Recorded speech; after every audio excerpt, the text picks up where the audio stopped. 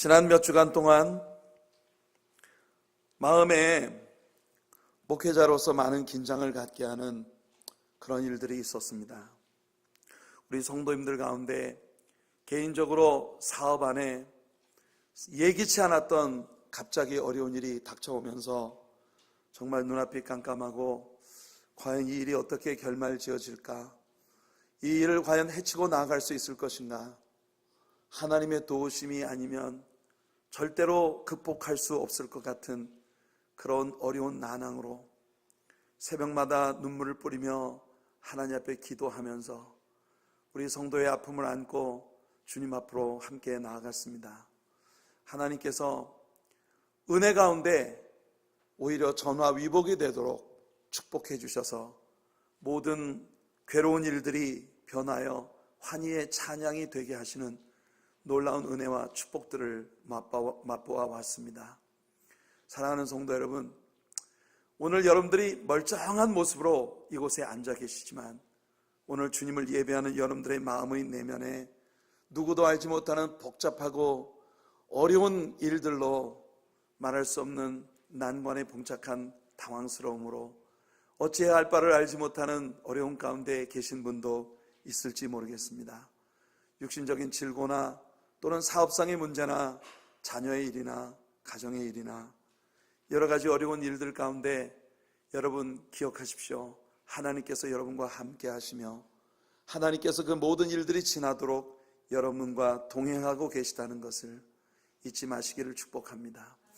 주님은 내가 너를 내 손바닥에 새긴 바 되었다고 선포하시며 너는 내 자녀라고 말씀하십니다. 내가 물 가운데를 지나갈 때 내가 너와 함께 있겠고 물이 너를 침몰치 못할 것이며 불 가운데를 지나갈 때 내가 너와 함께 있을 것이라 불이 너를 사르지도 못할 것이라고 언약하신 하나님, 여전히 변개하지 않으시는 하나님의 그 신실하신 약속을 우리들의 삶에서 행해 주시는 좋으신 하나님이심을 믿으시기를 축복합니다. 오늘 저는 여러분들과 함께 제가 봉독해드린 잠언서 3장 1절과 2절 말씀을 본문으로 해서 신자의 오복이라고 하는 제목의 말씀으로 같이 은혜를 나누고자 합니다. 1절과 2절 말씀을 여러분들에게 읽어드렸습니다만 사실은 10절까지 말씀을 본문으로 해서 오늘 신자의 오복이라고 하는 제목의 말씀으로 같이 은혜를 나누고자 합니다. 예로부터 우리 선조들은 5가지를 누리는 것을 소위 오복이라 하여 큰 복을 누리는 것으로 여겼습니다. 그 5가지는 수, 목숨 수자입니다. 장수하는 것이죠. 오랜 수를 누리는 것. 그 다음에 두 번째는 부입니다. 부, 가멸부 혹은 부할부, 부자로 사는 것. 물질적인 부를 누리는 것. 세 번째가 강령입니다. 강령. 평안할 강, 편안할 영. 육체의 건강, 건강으로 편안한 삶을 누리는 것. 이 육체의 건강을 의미하는 것이죠. 네 번째가 유호덕입니다.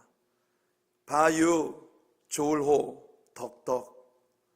우리의 삶에서 많은 사람들에게 덕을 끼치고 존경받고 인정받고 사람들에게 덕을 쌓는 그런 삶을 살아가는 것입니다. 덕이 있는 사람, 많은 사람들에게 좋은 레퓨테이션을 가지고 인생을 살아가는 것, 그것이 네 번째 복입니다.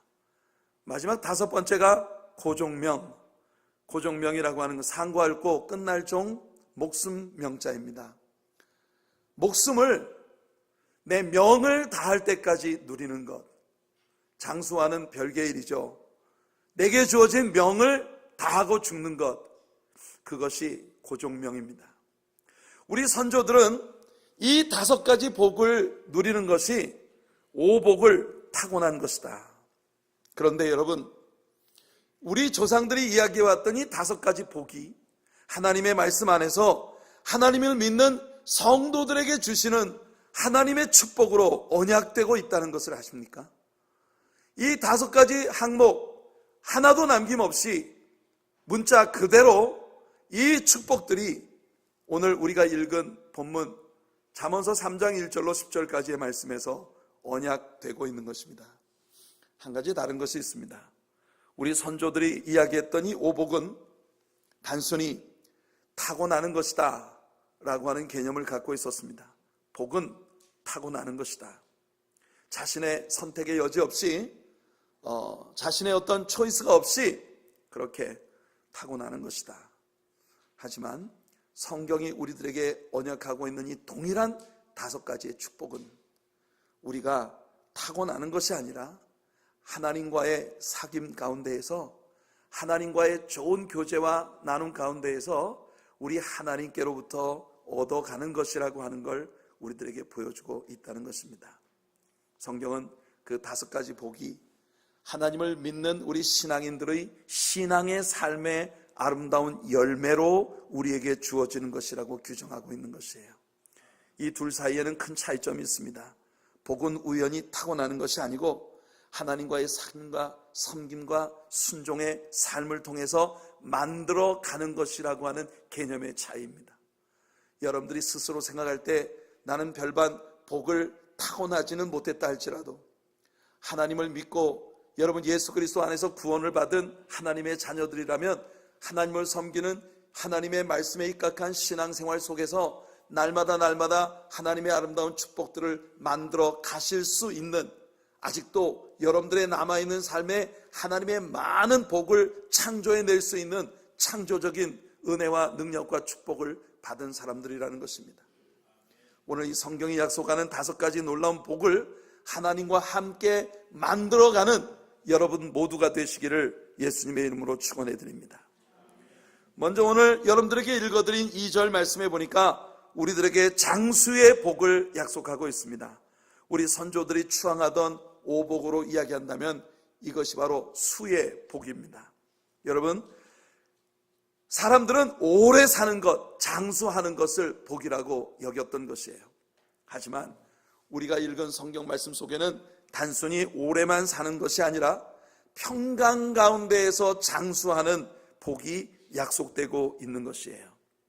내 아들아, 나의 법을 잊어버리지 말고 내 마음으로 나의 명령을 지키라. 그리하면 그것이 내가 장수하여 많은 해를 누리게 하며 평강을 더하게 하리라 약속하고 있습니다. 사람들은 단순히 장수의 복을 바라지만 그러나 단순히 오래만 산다고 하는 것이 과연 복일까요? 예컨대 어떤 사람이 말할 수 없는 질병에 시달리며 그 끔찍한 통증 속에서 오랜 세월을 살아간다면 그것은 장수라 하더라도 복이라고 말하기 어렵습니다. 끔찍한 삶의 고뇌 속에서 모든 일이 어그러지고 깨어진 그런 삶의 고통과 압박 가운데에서 잠을 이루지 못하는 불면의 밤을 보내며 오래도록 세상에서 살아가는 것이 과연 장수의 복이라고 말할 수 있겠는가? 사랑하는 성도 여러분, 오히려 오래 살면 살수록 그것은 복이 아니라 저주가 될 수도 있다는 것입니다. 그러나 하나님은 그 수의 복에, 즉 장수의 복에 평강의 복을 더하시겠다고 약속하고 있는 것입니다. 이것이 세상 사람들이 추구하는 오복과 차원이 다른 더 높은 수준의 아름다운 축복이 약속되고 있는 것입니다. 예수님은 부활하신 후에 제자들에게 오셔서 나의 평안을 너희에게 주노라. 내가 주는 것은 세상에 주는 것과 같이 아니하니라. 여러분, 예수님은 My peace I give unto thee. 내 평안을 너희들에게 준다. That the peace that the world cannot give, cannot take, cannot understand. 하나님이, 예수님이 약속하시는 평안은 말입니다, 세상이 여러분에게 주지도 못하고 여러분에게서 뺏어가지도 못하고 또한 여러분 세상이 이해조차 할 수 없는 높은 수준의 평안이에요. 엄청난 파란과 역경과 말할 수 없는 고난이 여러분들에게 몰려와도 그 모든 것들 위에 주와 함께 날아오르는, 그래서 그 험한 파도 참 높은 곳에서 모든 것들을 내려다볼 수 있는 높은 수준의 평강과 은혜, 여러분들이 바로 그런 은혜를 하나님 안에서 예수 그리스도 안에서 누리는 여러분들 되시기를 예수님의 이름으로 축복해 드립니다. 여러분, 하나님과의 평화 속에서 여러분들이 일생을 보낸다고 하는 건 더욱더 놀라운 복이죠. 비록 여러분들의 생이 짧은 것이라 하더라도 그것은 얼마든지 수의 복이 될 수가 있습니다. 왜냐하면 그는 이 몸을 벗어난 후에도 우리 하나님과 영원을 함께 보내게 될 것이기 때문입니다. 진정한 의미에서 장수의 복은 단순히 이 땅의 육체 속에서 수를 오래 누리는 것에 있지 않습니다. 그 삶이 하나님의 평화로 가득한 것, 하나님과 평화하시기 바랍니다. 그것이 여러분들의 삶의 평강을 더하는 유일한 길일 것입니다. 그러면 어떻게 하나님과 평화할 수 있습니까? 오늘 솔로몬은 우리들에게 이 본문을 통해 하나님의 말씀으로 돌아가는 것이야말로 우리가 하나님과 평화할 수 있는, 하나님의 평강 속에서 수를 누릴 수 있는 그런 복의 비밀이라는 걸 우리에게 가르쳐 줍니다. 여러분들이 세상에 존재하는 어떤 물건을 올바르게 오랫동안 사용하시려면 그 물건과 함께 따라온 매뉴얼을 참조하셔야 합니다. 그 물건의 매뉴얼, 곧 사용 설명서 안에는 이 물건이 어떤 재료로 어떤 용도로 만들어졌으며 이 물건은 사용을 할 때 무엇을 주의해야 하는지 제반 사항을 담고 있는 것이에요. 여러분이 매뉴얼을 무시한다면 그 물건은 제대로 성능을 발휘하지도 못할 뿐만 아니라 이내 망가져버리고 말 것입니다. 매뉴얼의 가르침을 따라 사용되지 않는 물건이 오래 갈 수 없듯이 창조주 하나님의 매뉴얼을 따라서 살지 않는 인생들도 오래 갈 수가 없는 것입니다. 그 매뉴얼이 무엇인가요? 하나님이 창조하신 모든 창조의 세계, 창조의 원리와 그것들의 유지의 원리와 그것들 안에 하나님이 부어주시는 모든 축복들을, 모든 복들을 담고 있는 매뉴얼이 무엇입니까? 바로 하나님의 말씀입니다. 그러므로 솔로몬은 하나님의 말씀을 잊지 말고 기억하며 마음으로 그 명령을 지키라고 말하고 있는 것이에요. 특별히 여기 마음으로 그 명령을 지키라는 말씀이 제게는 큰 은혜가 됩니다. 이것은 법이 있기 때문에 할 수 없이 의무적으로 어떻게 행하라는 것이 아니라 외부로부터 다가오는 어떤 압박으로, 압력으로 인하여 외압으로 말미암아 어쩔 수 없이 마음이 가지 않는 곳에 질질 끌려다니는 그런 것이 아니라 진실로 마음에서부터 우러나오는 샘물처럼 솟아나는 사랑의 이끌림 때문에 기쁨으로 그리고 자발적으로 하나님의 말씀을 순복하라는 것입니다. 그러므로 우리 신자들이 하나님의 말씀을 사랑하고 또 지키는 것은 의무가 아니라 주님의 사랑을 깨달은, 예수 그리스도 날 위해 십자가에 피 흘려 죽으시고 구속받은 하나님의 자녀가 되어 하나님의 복을 누리게 하신 이 사실에 대한 깊은 감동과 사랑이 마음으로부터 넘쳐 흘러서, 그래서 하나님과 우리들의 loving relationship, 이 사랑의 사귐이 여러분 우리의 마음에서부터 자발적인 마음으로 우러나오는 것이 돼야 한다는 것입니다. 시편 119편 11절을 보면 시편 기자가 이렇게 말합니다. 내가 주께 범죄하지 아니하려 하여 주의 말씀을 내 마음에 두었나이다. 성도 여러분, 여러분들의 인생 매뉴얼인 하나님의 말씀을 여러분들의 마음에 두시기를 축복합니다. 우리 예수님이 제자들에게 이렇게 말씀하셨습니다. 요한복음 14장을 보면 다락방에서 제자들에게 그 마음의 진정으로 원하시는 것이 무엇인지를 예수님 말씀하신 거예요. 그것은 거의 유언과도 같은 말씀입니다. 그 밤이 새면 예수님은 체포되어 십자가에 못 박혀 죽으실 것이니까요. 여러분, 예수님께서 다락방에서의 모든 설교를 마치시고 제자들에게 이렇게 분부하십니다. 예수께서 대답하여 이르시되 사람이 나를 사랑하면 내 말을 지키리니 내 아버지께서 그를 사랑하실 것이요 우리가 그에게 가서 거처를 그와 함께하리라. 할렐루야. 예수님 말씀하십니다. 너희가 진정으로 나를 사랑한다면 내 말을 지킬 것이야. 여러분들이 주님을 사랑한다고 오늘 고백하지 않습니까? 하나님을 사랑하시는 분 한번 큰 소리로 아멘 해보세요. 아멘. 여러분들이 하나님을 사랑한다는 게 입에만 발린 그런 고백이 아니고 진짜 진실한 고백이라면 예수님의 말씀은 주님의 말씀을 지키는 것이 여러분들이 진짜 하나님을 사랑한다는 걸 여러분 증명할 수 있는 길이라고 하는 거예요. 그러면 여러분들이 하나님의 말씀을 사랑하여 그 말씀을 지키면 예수님 말씀하시기를 하나님께서도 그를 사랑하실 것이고 우리가 즉 하나님과 예수님이 가셔서 거처를 그와 함께 하시리라 약속하고 있는 것입니다. 놀라운 약속 아닙니까? 여러분, 하나님과 예수님이 여러분들의 집으로 이사를 오시겠다는 거예요. 거처를 너희들과 함께 정하겠다는 거 얼마나 놀라운 축복입니까? 여러분들의 삶에서 자고 깨고 먹고 또 행하는 모든 일들 속에 하나님께서 성부 하나님과 성자 예수님이 성령의 권능으로 말미암아 여러분 안에 임재하셔서 여러분과 동행하시는, 그래서 평화 가운데 오랜 수를 누리는 복을 주시겠다는 것이 이 잠언서 3장 이야기하는 첫 번째 복입니다. 수의 복. 여러분들 모두가 다 영적인 의미의 이 수의 복을 반드시 누리는 성도님들 되시고, 살아가는 모든 날들 동안 성부 하나님, 성자 하나님이 여러분들의 삶에 여러분과 동거하시는 그런 놀라운 역사가 있기를 예수님의 이름으로 축복해드립니다. 그 다음에 두 번째로 하나님이 약속하신 두 번째 축복은 하나님과 사람 앞에서 은총과 귀중히 여김을 받는다. 하나님과 사람 앞에 은총과 귀중히 여김 받는다는 건 뭡니까? 사람들에게 덕을 쌓고 사람들에게 존경을 받고 사람들에게 귀히 여기는 좋은 레퓨테이션을 가지고 세상을 살아가는 것을 유호덕이라 했습니다.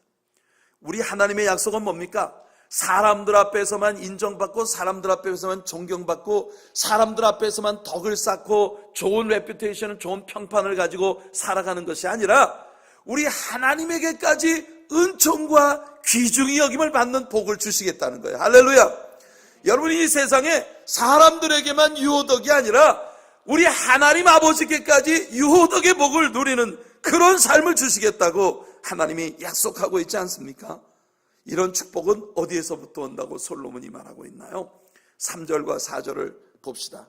인자와 진리가 내게서 떠나지 말게 하고 그것을 내 목에 매며 내 마음판에 새기라. 그리하면 내가 하나님과 사람 앞에서 은총과 귀중히 여김을 받으리라. 성도 여러분, 인자와 진리가 너에게서 떠나지 않게 하라. 무슨 말입니까? 우리가 인생 살아가면서 우리에게 다가오는 모든 세상 사람들에게 인자와 진리로서 대하라는 거예요. 이것을 내 목에 매며 내 마음판에 새기라고 말합니다. 그리하면 하나님과 사람 앞에서 은총과 귀중히 여김을 받으리라. 성도 여러분, 여러분들이 모든 여러분 곁에 있는 사람들에게 인자를 베푸는 여러분들 되시기 바랍니다. 인자라고 하는 단어는 영어 성경의 mercy입니다. mercy. 이 말은 loving kindness라고 다른 번역본에 번역되기도 합니다. loving kindness. 참 아름다운 말입니다. loving이라고 하는 말, 사랑이란 말이죠. 달콤한 말인데 거기다 kindness까지 더해지니까 loving kindness. 이 말이 인자라는 말이에요. 여러분, 사람들에게 인자하게 대하라는 겁니다. kindness라고 하는 건 친절을 베푸는 일인데 loving kindness는 과연 무슨 뜻일까요? 여러분, 이것은 단순히 베푸는 친절 그 이상의 것이에요. 어떤 주일학교 선생님이 아이들에게 그렇게 물었어요. 이 kindness라는 말과 loving kindness라는 말 사이에는 어떤 차이가 있느냐? 아는 사람 한번 얘기해봐라. 그랬더니 한 꼬마가 손을 들고, 선생님, 이 kindness라고 하는 건 말이에요, 내가 밖에서 놀다가 집에 들어가면서 엄마 배고파요, 빵 하나 주세요 이랬을 때 어머님이 빵에다가 정성껏 버터를 발라서 그 버터 토스트가 되어진 아주 맛있는 빵을 저에게 건네주실 때 이것은 kindness예요. 그래, 그럼 loving kindness는 뭐냐? 그런데 말이에요, 엄마가 저에게 그 버터 토스트 된 빵을 건네주시는데 내가 요구하지도 않은 딸기잼을 그 위에 발라서 주시면 그건 loving kindness예요. 이렇게 이야기를 하는 거예요. 야, 여러분, 굉장히 적절한 설명이라고 생각되지 않습니까? 여러분들, 예수님께서 여러분들 위해 베풀어 주신 사랑은 말입니다, loving kindness예요. 예수님이 여러분들에게 만일 내가 꼭 할 만큼 했어 라고 한다면 여러분들, 우리는요 희망이 없는 사람들입니다. 예수님이 만일 당신이 우리들에게 야, 나도 이만하면 할 만큼 했어, 이제 더 이상 안 해, 만일 예수님이 우리에게 그렇게 하신다면 우리는요 애시당초 하나님 앞에 희망이 없는 존재였어요. 그런데요, 우리 예수님은 주고 또 주고 또 주고 또 주고, 여러분 아멘 할 때까지 또 주고, 그렇게 우리가 전혀 기대도 상상도 할 수 없었던 모든 것을 우리에게 주신 거예요.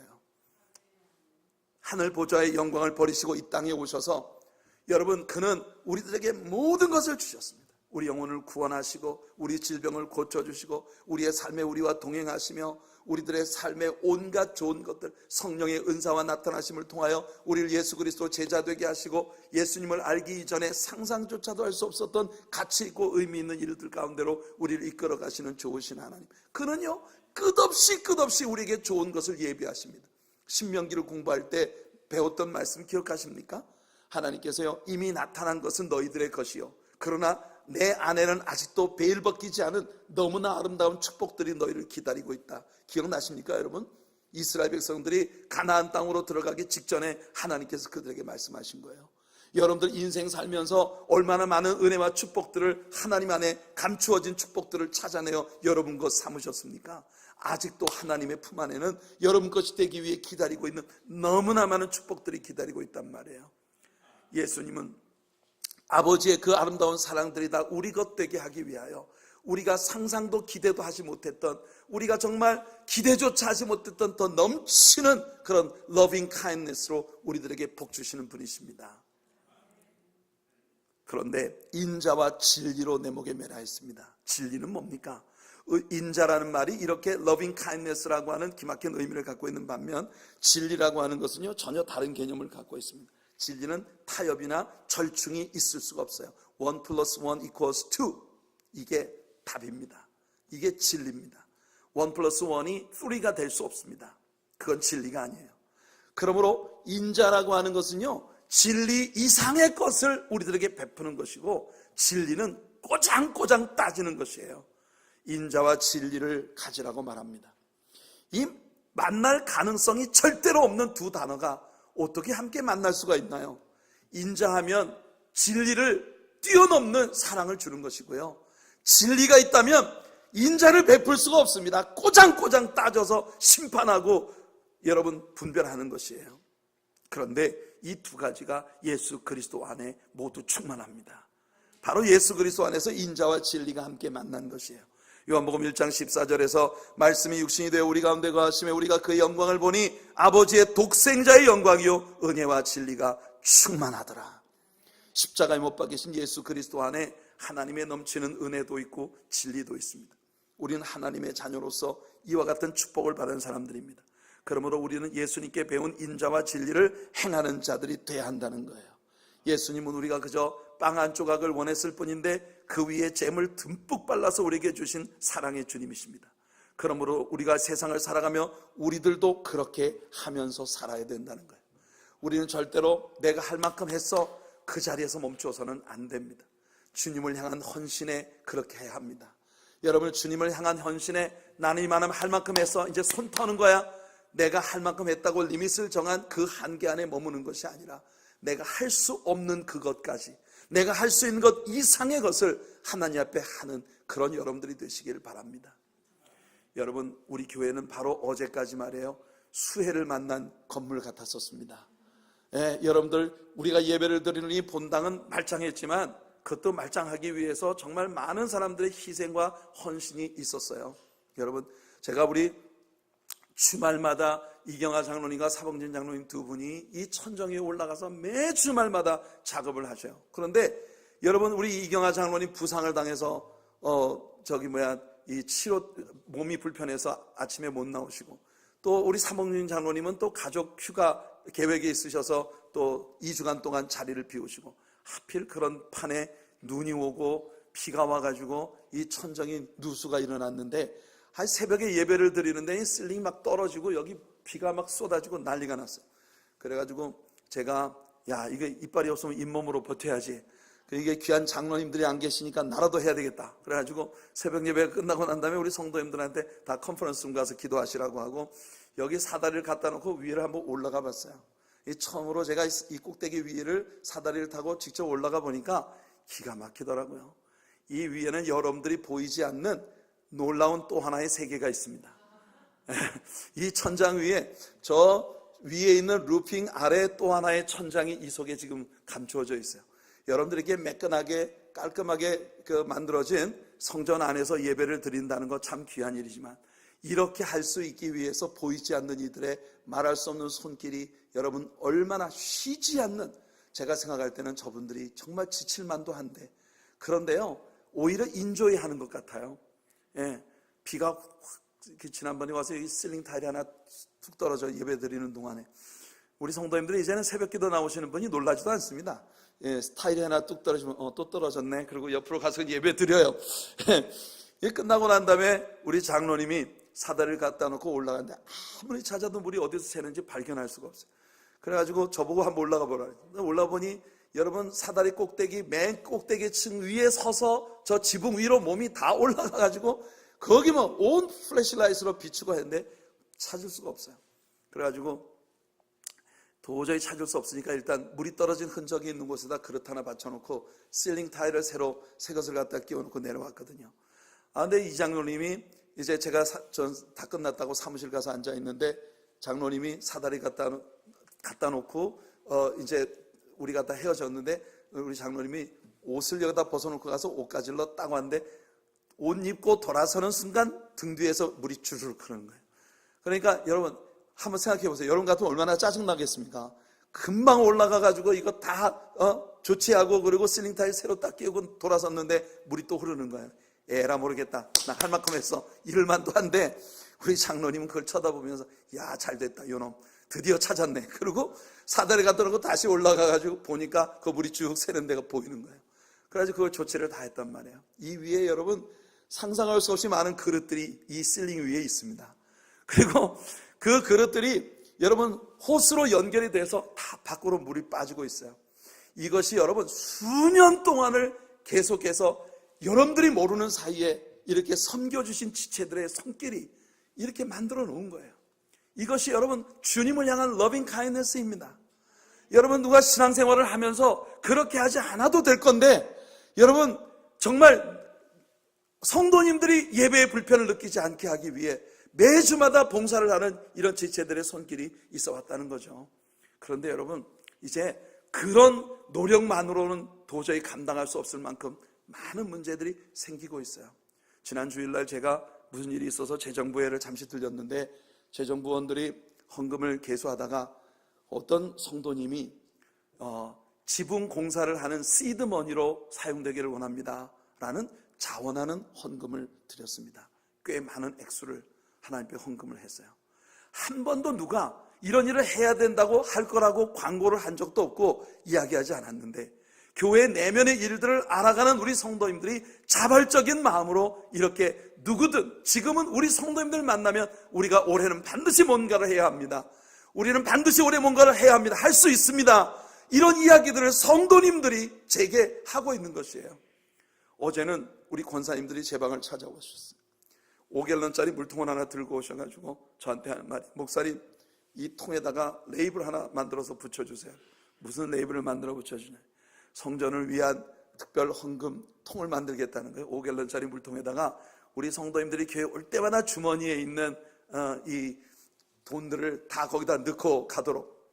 그래서 이걸로 그게 뭐 얼마나 모일는지 모르겠지만 어쨌든 이것이 또한 또 다른 믿음의 씨앗이 되기를 바라는 우리 성도님들이 여러분 물이 쏟아져서 저 유스그룹과 영유아실 예배실 앞에는요 여러분 엊그제까지 저벅저벅했어요. 발을 밟으면 물이 저벅저벅했습니다. 우리 권사님들이 여러분들 그 샤백을 가져다가 이거 배큐을 해서 물을 빨아내는데 하루 왼종일을 했는데 우리 권사님들이 막 몸살이 나고 꿍꿍 앓고 얼마나 고생을 했는지 몰라요. 근데 여러분 저렇게 정말 몸을 하나님의 영광을 위해서 아낌없이 내던지면서 섬겨주는 그런 지체들이 있어. 여러분 지금 유스그룹 앞에 한번 가보세요. 뽀송뽀송하게 너무나 깔끔하게 우리 유스그룹 오늘 그 방에서 예배를 드릴 수 있게 모든 게 다 준비가 됐어요. 사랑하는 성도 여러분, 러빙 카인드니스라고 하는 건 그런 것입니다. 오늘 하나님께서 여러분들 모두의 마음 안에 자원하는 마음을 주셔서 하나님의 나라의 일들이 여러분들 왕성하게 이루어지는 귀한 생명의 역사가 우리 교회를 통해서 나타날 수 있게 되기를 예수님 이름으로 축원해 드립니다. 왜냐하면 우리가 그런 사랑을 주님께로부터 받았기 때문이에요. 여러분 매 해마다 고난절을 당하고 매 해마다 부활절을 지납니다. 예수님 날 위해 이 땅에 오셔서 십자가에 피 흘려 죽으셨다는 그 사랑이 대체 무엇입니까? 도대체 나 같은 존재가 무엇이기에 나 같은 존재를 위해서 여러분 영원히 하늘 보좌에서 권세를 누리실 수 있는 모든 우리 주님, 그 모든 권세, 우리 지난 일주일 내내 어바벌이라고 하는 찬양을 불렀습니다. 모든 나라와 모든 권세, 모든 보좌와 세상에 있는 어떤 값진 보화보다, 세상에 있는 어떤 지혜로 만들어진 어떤 피조물들보다 뛰어나신 그분이 저와 여러분 같은 죄인들을 그 모든 것들보다 위에 두시기 위하여 짓밟힌 장미꽃처럼 처절하게 사람들에게 외면당하고 버림받으셔서 십자가에 피 흘려 죽으셨다는 거예요. 기독교인으로 산다는 건 이런 하나님의 복을 이미 받고 산다는 겁니다. 우리가 인생 사는 건 다 여분의 복이에요. 여러분들이 이 세상에서 하나님께 받은 모든 축복들을 그런 관점에서 볼 수 있는 여러분들 되시기를 축복합니다. 그렇기 때문에 여러분들에게서는 인자가 나타나야만 합니다. 살벌하고 날카로운 심판자의 눈으로 세상을 보지 마시기를 축복합니다. 예수 그리스도가 여러분들을 바라보신 그런 긍휼히 여기는 마음, 러빙 카인네스의 마음으로 여러분 곁에 있는 이웃들을 바라볼 수 있는 여러분들 되시기를 바랍니다.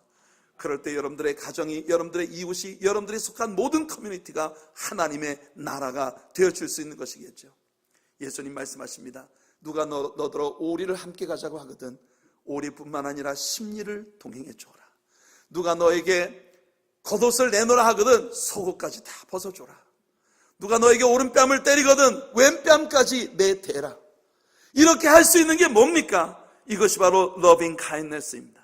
여러분, 우리가 내 자신에 대해서는 타이트한 진리를 적용시키는 여러분들 되시길 바랍니다. 내 자신에게는 타협할 수 없는 진리를 적용하여 우리 주님의 말씀에 순복하는 제자의 삶을 살기를 몸부림치고, 다른 사람에 대해서는 후한 러빙 카인네스로 인자를 베풀며 살아가는 여러분들이 될 때에, 여러분, 우리가 속한 우리들의 커뮤니티가 바로 천국과 같은 곳이 될 수 있으니 여러분, 이보다 더 큰 축복이 어디 있겠습니까? 여러분들에게 이런 풍성한 영적 유호덕의 복이 누리는 성도님들 되시기를 축원합니다. 세 번째로 하나님께서 허락하신 축복의 약속은 우리의 인생 다하도록 우리의 갈 모든 길을 끝까지 지도해 주시겠다는 거예요. 우리 인생 코치가 되어 주시겠다는 겁니다. 글쎄요, 세상 사람들은 고종명, 명을 다하고 죽는 것, 그것이 자신에게 주어진 명대로 살다가 죽는 것을 오복 중에 하나라 생각했습니다. 대체 명대로 산다는 것은 무슨 개념일까요? 분명히 이것은 장수의 복과는 다릅니다. 저는요, 크리스찬들 모두에게 고종명, 즉 명을 다하고 죽는다는 건 자신에게 맡겨진 사명을 다하고 죽는 것이라고 생각합니다. 우리의 명은 바로 우리의 사명과 연관되어 있기 때문이에요. 이 축복에 대한 솔로몬의 말씀을 들어보죠. 5절과 6절입니다. 너는 마음을 다하여 여호와를 신뢰하고 내 명철을 의지하지 말라. 너는 범사의 그를 인정하라. 그리하면 내 길을 지도하시리라. 성도 여러분, 하나님을 신뢰하고 내 명철을 의지하지 않으면, 범사에 하나님을 인정하면 그가 여러분의 길을 지도해 주실 것이라 말씀합니다. 바울은 자신의 삶의 의미에 대해 이렇게 규정하고 있습니다. 빌립보 1장 20절로 24절에 나의 간절한 기대와 소망을 따라 아무 일에든지 부끄러워하지 아니하고 지금도 전과 같이 온전히 담대하여 살든지 죽든지 내 몸에서 그리스도가 존귀하게 되게 하려 하나니. 바울 사도는 자신이 인생 사는 목표가 오직 하나, 살든지 죽든지 내 속에서 그리스도가 존귀하게 되는 것이라고 선포합니다. 왜? 이유가 뭡니까? 이는 내게 사는 것이 그리스도니 죽는 것도 유익함이라. 그래서 바울은 그 인생을 어떻게 살겠다는 것입니까?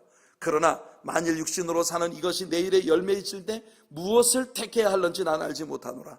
내가 그 둘 사이에 끼었으니 차라리 세상을 떠나 그리스도와 함께 있는 것이 훨씬 더 좋은 일이라. 그렇게 하고 싶지만 내가 육신으로 있는 동안 너희를 위하여 그것이 복이 되고 유익이 되기 때문에, 그래서 내가 어느 쪽을 택해야 되는지 모르겠다고 바울이 말합니다. 적어도 바울에게 있어서 그의 인생은, 이 땅에 살아야 될 이유는 하나님께 영광, 주변에 있는 사람들에게는 유익과 축복. 그래서 말입니다, 바울 사도는 내 사명이 있는 날까지 나는 여기 살지만 지금 당장이라도 주님께로 가고 싶은 게 바울의 진짜 욕심이라고 고백하고 있는 거예요. 성도 여러분, 바울 사도와 같은 이런 가치관을 가지고 여러분들의 남아있는 마지막 호흡을 몰아쉬는 인생의 끝 시간까지 사명을 위해 달려가는 여러분들 되시기를 예수님 이름으로 축원해 드립니다. 내가 주님께로 당장 가고 싶지만 이 땅에 아직 있는 이유는 아직 할 일이 남아있기 때문이라는 거예요. 그래서 바울 사도는 에베소의 장로님들을 밀레도로 불러놓고 예루살렘으로 올라가며 마지막 유언적으로 설교하고 있는 설교의 말씀 가운데에서 사도행전 2장 22절 이하의 말씀을 보면, 보라 이제 나는 성령의 매임을 받아 예루살렘으로 가는데 거기서 무슨 일을 당할는지 알지 못하노라.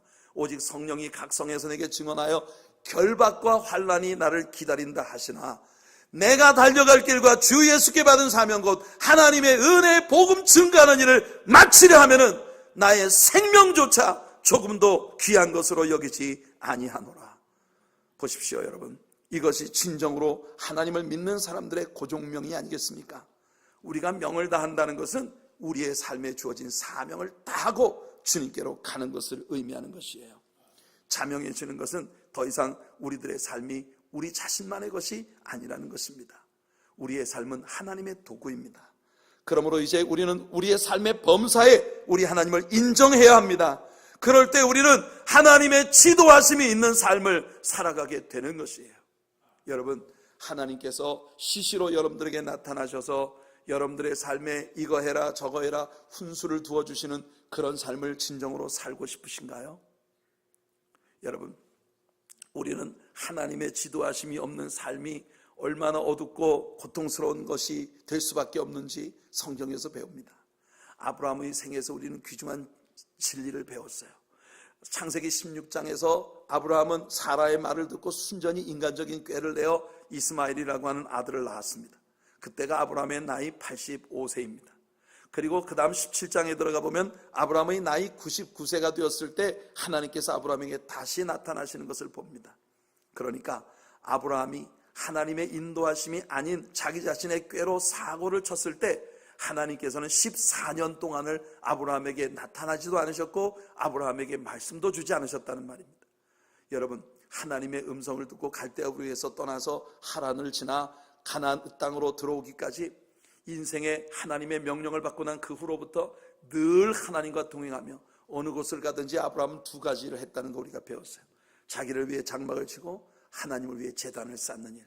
그러니까 아브라함의 인생이라고 하는 건 어디를 가든 하나님을 예배하는 인생이었고, 예배 때마다 하나님께서 아브라함에게 나타나셔서 아브라함에게 말씀을 주신 그런 삶을 살았다는 겁니다.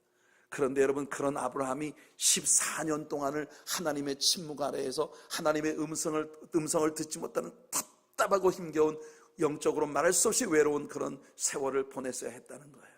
혹시 오늘 하나님께서 여러분에게 침묵하고 계시다는 느낌을 받고 계시지 않습니까?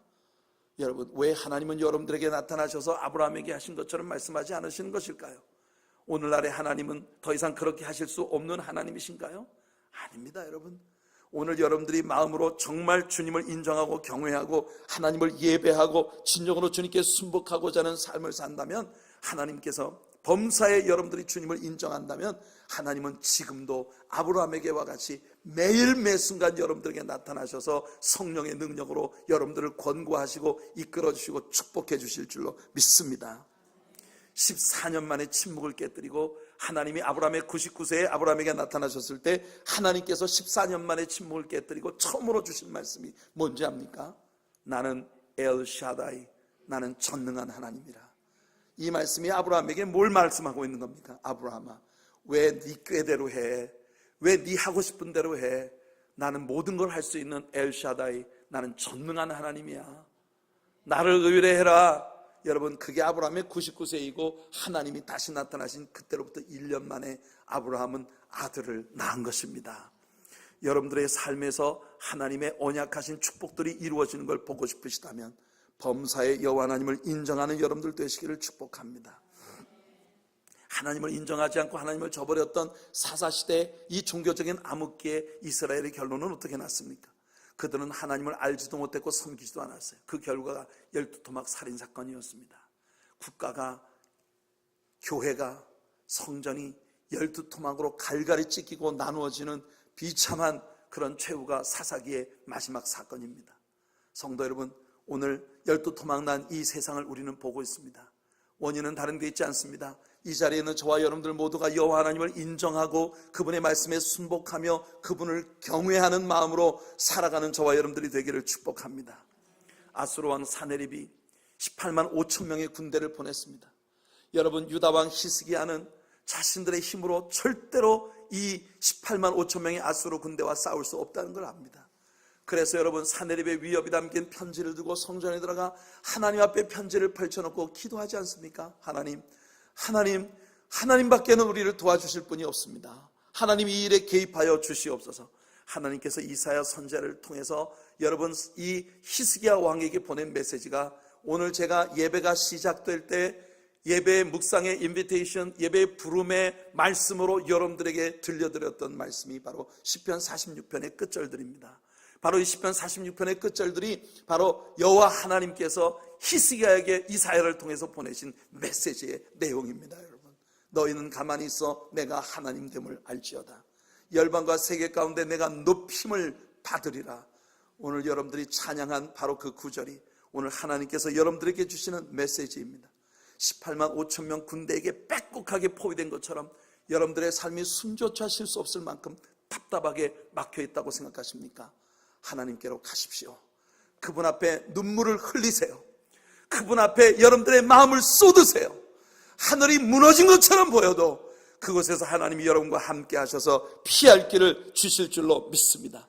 여러분들의 인생이 죽는다면 하나님께 가는 것이고, 아직도 살아있는 이유는 주님이 내게 시키실 일이 아직 남아있을 뿐이라고 하는 이 단순한 삶을 가지고 나갈 때, 오늘 여러분, 우리가 찬양을 통해 고백한 것처럼 나의 갈 길 다가도록 예수 인도하시니 내 주 안에 있는 긍휼 어찌 의심하리요.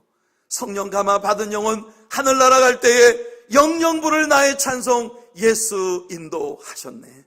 여러분들 앞에 반석에서 생수가 터져나게 하시며 여러분들의 삶을 매 순간 이끌어 가실 우리 하나님의 능력을 인정하고 여호와 하나님을 경외하는 삶으로 살아가는 저와 여러분들이 되어 고종명의 복을 누리는 저와 여러분들이 되기를 예수님 이름으로 축원해 드립니다. 하나님이 약속하신 네 번째 축복은 건강의 복입니다. 이것이 바로 우리 선조들이 그리워하던 오복의 강령의 복입니다. 건강과 안녕의 복을 누리는 것. 솔로몬을 통해 선포된 하나님의 약속을 보세요. 성경은 보다 근원적인 복을 약속하고 있습니다. 그것은 내 골수로 윤택하게 하겠다는 약속이에요. 스스로 지혜롭게 여기지 말지어다. 여호와를 경외하며 악을 떠날지어다. 이것이 내 몸에 양약이 되어 내 골수를 윤택하게 하리라. 성도 여러분, 오늘날 현대의학에 와서야 비로소 사람에게 골수가 얼마나 중요한 것인지가 규명되고 있습니다. 하등 척추동물들의 경우 신체의 다른 기관으로부터도 혈구가 형성되기도 한답니다. 예컨대 양서류나 파충류 같은 이런 하등 동물들의 경우 혈류 자체로부터 혈구가 형성이 되기도 한다는 거예요. 하지만 포유류, 특별히 유태반 포유류의 성체인 사람에게 있어서는요, 오직 골수가 혈액을 직접 생성해내는 중요한 역할을 맡고 있다는 것입니다. 혈액을 응고시키는 혈소판이 거대 골수 세포로부터 형성이 된다고 하는 것이 밝혀진 것은 그리 오래되지 않은 일입니다. 혈루병이나 혈액암 같은 병은 그래서 불치의 병으로 여겨졌습니다마는 그런 환자들에게 건강한 골수를 이식해 줄 때에 이런 병에서 노연할 수 있다고 하는 놀라운 의학적인 발견들이 있는 것이에요. 사랑하는 성도 여러분, 이와 같은 과학적 규명도 전혀 없었던 고대에 솔로몬은 어떻게 이 깊은 지식을 가질 수 있었던 것일까요? 성령님이십니다. 오늘도 하나님의 성령께서 여러분과 함께 하실 때 세상이 알지 못하는 크고 비밀한 것들을 아는 놀라운 복이 여러분들에게 임할 줄로 믿습니다. 여러분, 건강의 연유가 무엇인지, 질병의 근원이 무엇인지 전혀 알지 못하며 단순히 질병이 나를 피해가기만을 간절히 바랬던 우리 선조들에 비해서 솔로몬이 자면이 우리에게 주는 건강에 대한 약속은 대단히 구체적이고 과학적인 그런 언약인 것이에요. 하나님은 여러분들의 골수를 윤택하게 해주겠다고 약속하고 계십니다. 단순한 건강이 아니라 여러분들의 삶의 중심에서부터 건강의 요인이 되어지는 모든 것들을 하나님이 만져주시겠다는 약속이에요. 골수가 윤택해지는 그 건강의 복, 이것이 어디로부터 온다고 말하고 있습니까? 여호와를 경외하며 악에서 떠나야 한다고 말씀하십니다. 사람에게 질병과 죽음이 오는 것은 분명히 죄의 결과로 시작된 일이었습니다. 제가 지금 하고 있는 이야기가 오늘 이 세상에 병든 사람은 다 죄를 지었기 때문이라고 말하고 있는 게 아닙니다. 여러분, 인류에게 죄가 처음 시작된 것은 아담의 죄 때문이었다는 걸 여러분들에게 얘기해 드리는 거예요. 질병이 인간에게 처음 시작된 건 아담의 죄 때문이었다. 여러분, 예수님이 가버나움의 한 집에 들어가셨습니다. 인산인해로 사람들이 몰려들었고, 한 중풍병자를 네 사람의 친구들에게 들려서 예수님께 온 이 친구들이, 사람들이 너무 많아 용신할 수 없으므로 그 지붕으로 올라가 지붕을 뜯고 그 환자를 달아내렸습니다. 여러분, 공중에서 내려온 환자를 바라보는 모든 사람들의 시각이 다 틀렸습니다. 그 가운데 예수님이 그 환자를 바라보며 말씀하셨습니다. 소자야, 내 죄 사함을 받았느니라. 예수님의 이 말씀은 순식간에 그 방 안에 있는 모든 사람들에게 엄청난 논쟁을 불러일으켰습니다. 여러분, 종교적인 모임이 있을 때마다 이 모임이 성경적으로 문제가 없는지를 검사하기 위해 서기관들이 배석합니다. 그 서기관들이 생각할 때는 이 자가 참남한 신성모독의 말을 하는구나, 하나님 한 분 외에 누가 감히 사람의 죄를 사한단 말이냐, 이렇게 마음속에 변론하고 있었고, 여러분, 이 친구들은 마음속에 아이고, 예수님, 우리가 원하는 건 그런 거 아닙니다. 죄를 사함받든지 뭐하든지 그런 건 우리 상관없고요, 이 친구 좀 고쳐주세요. 우리 중마고입니다. 어린 시절부터 그냥 개구지고 함께 뛰어놀고 그러던 친구가 갑자기 풍이 와가지고 이렇게 꼼짝 못하고 반신불수로 누워있는 거 불쌍히 못 보겠습니다. 이 병을 좀 고쳐주세요. 그러나 예수님은요, 이 환자의 내면에 숨어있는 원인이 무엇인지를 아십니다. 우리는 잘 모르지만 이 환자는 분명 자신의 지난날의 어떤 시점에 죄 때문에 이 병에 걸린 것이에요. 다른 사람 아무도 몰라도 환자 자신은 알았을 것입니다. 그런데 여러분, 놀랍게도 예수님이 아무도 몰래 이 사람의 내면에 숨겨져 있던 죄 문제를 들춰내시는 겁니다. 소자야, 내 죄 사함을 받았느니라. 그 주변에 있는 모든 사람들이 각기 다른 생각을 했겠지만 정작 환자 자신은요, 환희에 넘치는 찬송을 불렀습니다. 할렐루야, 이것이 내가 정말 원하는 것이니까요. 그래서 예수님이 하시는 말씀이, 내가 죄 사함을 받았느니라 하는 것과 내 상을 들고 걸어가는 것이 어느 것이 더 쉽겠느냐. 너희들이 생각할 때는 아무짝에도 쓸모없는 이야기를 내가 했다고 생각하지만, 그러나 이 사람의 죄가 사함 받을 때 이 사람이 고침받게 된다는 걸 너희들에게 보여주기 위함이야. 이 일을 통해 하나님이 영광을 받으시게 하기 위하여. 그래서 예수님이 그 환자를 보고 말씀하십니다. 내 상을 들고 걸어가라. 모든 사람들이 보는 앞에서 이 환자가 상을 들고 걸어갈 때 증명되어진 것입니다. 이 사람의 내면에 숨은 죄가 용서함을 받았구나. 사랑하는 성도 여러분, 오늘 우리들의 내면에 있는 모든 죄와 허물들을 사해 주시는 우리 예수님 앞에 여러분 경외하는 마음으로 나아가는 저와 여러분들이 되기를 예수님 이름으로 축원해 드립니다. 우리 주님께서 우리들의 골수를 윤택케 하시는 건강의 복으로 우리를 채워주실 줄로 믿습니다. 마지막으로 다섯 번째, 하나님이 약속하시는 오복의 마지막 복입니다. 이것은 물질의 복이에요. 이것은 우리 조상들이 바라던 오복 중에 부에 해당되는 복입니다. 우리는 오늘 한꺼번에 엄청난 축복들에 대한 이야기를 하고 있습니다. 이 축복들이 하나도 빠짐없이 다 여러분 것이 되기를 축원합니다. 아멘을 좀 힘차게 해보세요. 진짜 이런 복을 받기를 원하십니까? 그러면요, 아멘을요 목숨 걸고 하세요. 예, 아멘을 목숨 걸고 하시라니까. 예, 여러분, 제가 고등학교 다닐 때 김옥주 선생님이란 주일학교 선생님이 있어요. 여러분 인터넷에서 검색하면 안 됩니다. 큰일 납니다. 이 김옥주 선생님이란 분이 아주 굉장히 얼굴이 못생긴, 별명이 옥덜매였어요. 그런데 이 김옥주 선생님이 옆에 늘 항상 단짝으로 다니는 주일학교 선생님이 있는데, 그 선생님은 얼굴이 되게 예쁘고 아마 생각할 때 조금만 지나면 모든 남자들이 와가지고 이 사람하고 결혼하자고 할 판이에요. 그런데 부흥회가 열렸습니다. 그 예쁘게 생긴 자매가 부흥회 때 감사헌금을 썼어요. 하나님 올해 안에 시집가게 해 주시옵소서, 이렇게 썼어요. 근데 부흥 강사님이 되게 짓궂어가지고 이 헌금 낸 사람 한번 일어나 보라고 그랬어요. 아무도 안 일어나는 거예요. 얼마나 창피하겠어요. 그래서 창피하니 오늘 이 감사헌금에 올해 지나기 전에 결혼하게 해달라고 이 헌금 올린 분 올해 지나기 전에 좋은 신랑 만나 결혼할 줄로 믿습니다. 그랬더니 여러분, 이 선생님은 창피해가지고 푹 숙이는데 그 옆에 그 김옥주 선생님이 아멘!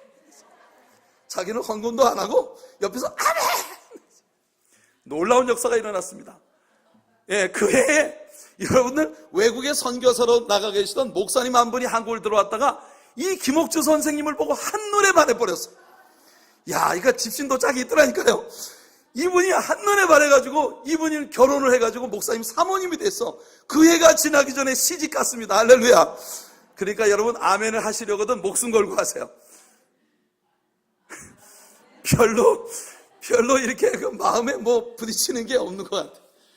이 5개의 복을 여러분 다 받아 누리기를 축복합니다. 여러분들이 복받기 원하는 건 목사밖에 없는 것 같아요. 부에 대한 솔로몬의 말을 들어봅시다. 내 재물과 내 소산물에 처음 익은 열매로 여호와를 공경하라. 그리하면 내 창고가 가득히 차고 내 포도즙 틀에 새 포도즙이 넘치리라. 창고가 가득히 찬다. 기막힌 축복 아닙니까? 여러분들 모두가 창고가 가득히 차는 복이 있기를 바라요. 물질의 축복에 대한 하나님의 약속 역시 단순치가 않습니다.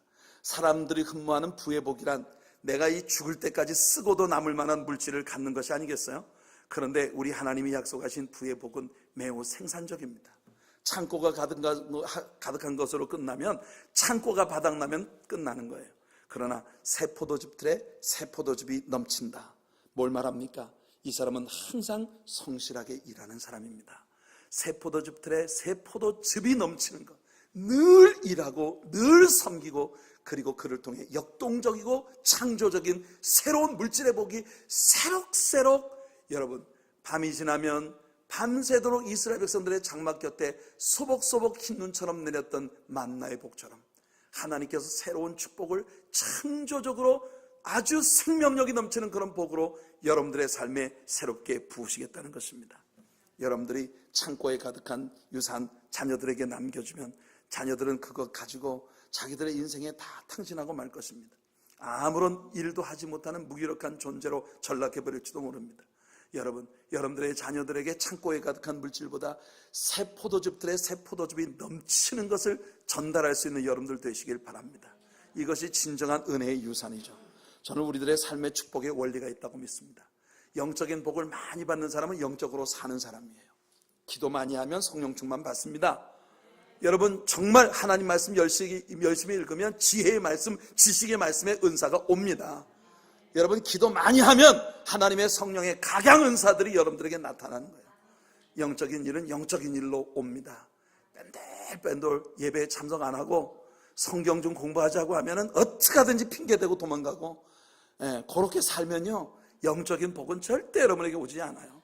20년 동안 예수를 믿고도 성경 66권 제목도 다 못 외우고 그렇게 살다가 끝나는 거예요. 죄송합니다. 오늘 제가 조금 이렇게 강하게, 저는 그래도 목사이기 때문에 여러분들에게 러빙 카인네스를 베풀어 주는 겁니다. 누가 욕 먹을지들 하겠어요. 나 욕을 먹을지라도 여러분들에게 이야기하는 건 여러분들이 복 받길 바라기 때문이에요. 그러니까 여러분 나보고 뭐 나무라지 마시오. 여러분들 다 그런 복을 받으시기를 바랍니다. 기도 많이 하는 사람이 하나님의 뜻을 깨달아 아는 복을 얻는 거지. 여러분들 육체를 제대로 쓰는 사람이 건강의 복 받습니다. 여러분들 몸을 하나님 건강하게 하시면 분명히 건강한 몸 가지고 주일도 안 지키고 돌아다칠 거라고 뻔하다면 하나님이 뭐하러 건강 주시겠어요? 그러니까 여러분 건강 달라고 하기 전에 건강해야만 되는 이유를 주님께 구하시라니까. 물질의 복도 마찬가지입니다. 하나님이 돈 한번 줘봤더니 아이고 목돈 한번 생기니까 그냥 엉뚱한 데 가서 퍼질러 다니면서, 이런 사람한테 하나님이 또 주고 싶은 마음 생기겠어? 나 같아도 하나지 그럼. 그런데 하나님께서 물질 좀 줘봤더니 이 친구가 그냥 물질이 뭐 맨날 샘물처럼 솟아날 것처럼 아버지 영광을 위해서 의미 있는 일, 생명 구하는 일, 생명사역의 영광된 역사를 위해서 하나님 앞에 그냥 헌금을 그냥 있는 한도 내에서 물 쓰듯이 쓰더란 말이지. 여러분들 그런 사람에게 하나님이 하늘문을 여시고 아멘할 준비하시고 부어주실 줄로 믿습니다. 그래서 바울사도가 하는 말이 갈라디아 6장 7절입니다. 스스로 속이지 말라. 하나님은 없인 여김을 받지 아니하시나니 사람이 무엇으로 심든지 그대로 거두리라. 뭡니까? 육체를 위하여 심는 자는 육체로부터 썩어질 것을 거두고 성령을 위하여 심는 자는 성령으로부터 영생을 거두리라. 영적인 일에 대한 많은 욕심을 가지는 여러분들 되시기를 바랍니다. 영적인 일에 대한 많은 욕심. 바울은 탐심은 우상숭배라고 했는데 유일하게 우리가 탐심을 꼭 가지라고 하는 게 있어요. 뭐냐? 성령의 은사에 대해서 카베트, 탐심을 가지란 말입니다. 하나님의 은혜에 대해 탐심을 갖는 여러분들 되시기 바랍니다. 하나님께서 우리에게 물질의 축복을 주신다고 기대하고 물질의 복을 구하는 건 잘못이 아닙니다. 저는요, 오늘 우리 하나님의 사랑교회 모든 성도님들이 창고에 쌓을 곳이 없도록 넘치는 물질의 복을 받기를 축복합니다. 그런데 여러분, 그 물질의 복을 하나님이 누구에게 주시나? 여러분들의 삶에서 주어지는 물질들을 아버지 영광을 위해서 아낌없이 쓸 수 있는 헌신의 마음을 가질 때 하나님께서 여러분들에게 주신다는 거예요. 절대로 하나님께 여러분 이렇게 살지 마세요. 하나님, 어떻게 하다 보니 이번 달에는 봉급 다 써버렸네요. 하나님께 드릴 헌금은 없으니 다음 달까지 기다려 주시옵소서. 이렇게 하면 안 돼요. 여러분, 하나님과 여러분들과의 loving relationship이 진정으로 여러분들의 마음속 깊은 곳으로부터 주님을 향해 쏟아지는 자발적인 사랑으로 흘러가는 것이라면 여러분들이 벌어들이는 모든 수입 속에는 내가 먹을 양식도 있지만 다시 심어야 할 씨앗도 있다는 걸 바울 사도가 고린도 교인들에게 말하는 것과 같이 신뢰하는 성도님들이 되셔야 하는 겁니다. 그러니 물질의 소득을 기대할 때 벌써 여러분들이 이 중에서 내게 이 물질을 허락하신 아버지의 영광을 위해서 내가 쓸 포션이 얼마인가, 이것을 여러분 첫 번째 프라이어리티로 먼저 구별해 낼 수 있는 그런 지혜가, 은혜가 여러분들에게 있기를 예수님 이름으로 축원해 드립니다. 하나님은 여러분들의 삶의 우선순위에 맨 꼴찌에 있는 것을 원하지 않으세요. 하나님은 여러분들의 삶의 우선순위에 탑에 있기를 원하십니다. 왜냐하면 하나님도 여러분들을 탑에 두고 계시기 때문이에요. 지난 일주일 내내 새벽기도 시간에 우리가 불렀던 기도 찬양이 있었습니다. Above all, 이 Above all이라고 하는 노래, 여러분 세상의 모든 권세와 모든 능력과 이 세상에 있는 모든 보좌와 모든 나라들, 이 세상에 있는 어떤 피조물들보다, 이 세상에 있는 어떤 보화보다도 그 모든 것들 위에 계신 예수님께서, 여러분 그 모든 것들 위에 계시는 예수님께서 저와 여러분 같은 정말 희망 없는 죄인들을 그 모든 것들 위에 두시기 위하여 그는 짓밟힌 장미꽃처럼 이 땅에 오셔서 외면당하시고 멸시받으시고 십자가 위에 처절히 죽으셨다는 거예요. Crucified, lay behind the stone. You live to die, rejected and alone, like a rose trampled on the ground. You took the fall and thought of me above all. 나 같은 죄인을 모든 것들을 위에 두시기 위하여 짓밟힌 장미꽃처럼 그렇게 예수님은 땅에 오셔서 처절하게 외면당하고 버림받으셨다는 것입니다. 오늘 그 하나님께서 여러분들을 그분의 모든 것의 최우선 순위에 두고 계시는데 여러분들의 삶의 우선순위에 예수님은 몇 등인가요? 오늘 주님이 약속하시는 장수의 복, 오래만 사는 것 아니라 평강 가운데 오래 사는 복, 유호덕, 사람에게만 존귀히 여기는 게 아니라 하나님 옆에 은총과 귀중히 여김받는 진정한 유호덕, 고종명, 명대로 살고 죽는 것, 여러분들에게 주신 사명 깔끔하게 마치고 아버지 앞에 부끄럼 없는 결산서 가지고 나아가 착하고 충성된 종아, 내가 작은 일에 충성하였으며 내 주인의 큰 기쁨에 참여하라.